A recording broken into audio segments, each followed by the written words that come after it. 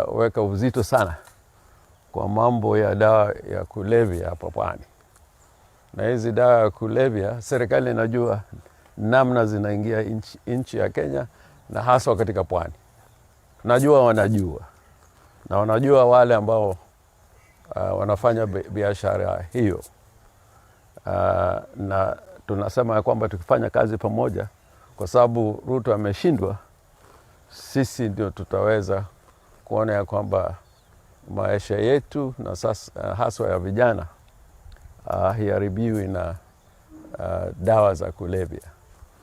Mimi ndugu yangu Makwere, mimi nasema ya kwamba Kenya sasa haitaki viongozi. Kenya inataka wakombozi. Kiongozi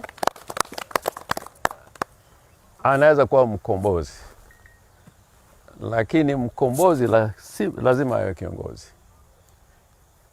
Tukikaa pamoja tutapata suluhu mwafaka.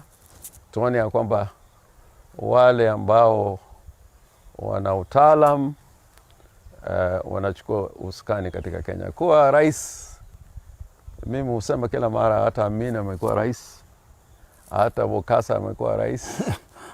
Kuna wengi ambao ukiwaona hata ukiwataja majina,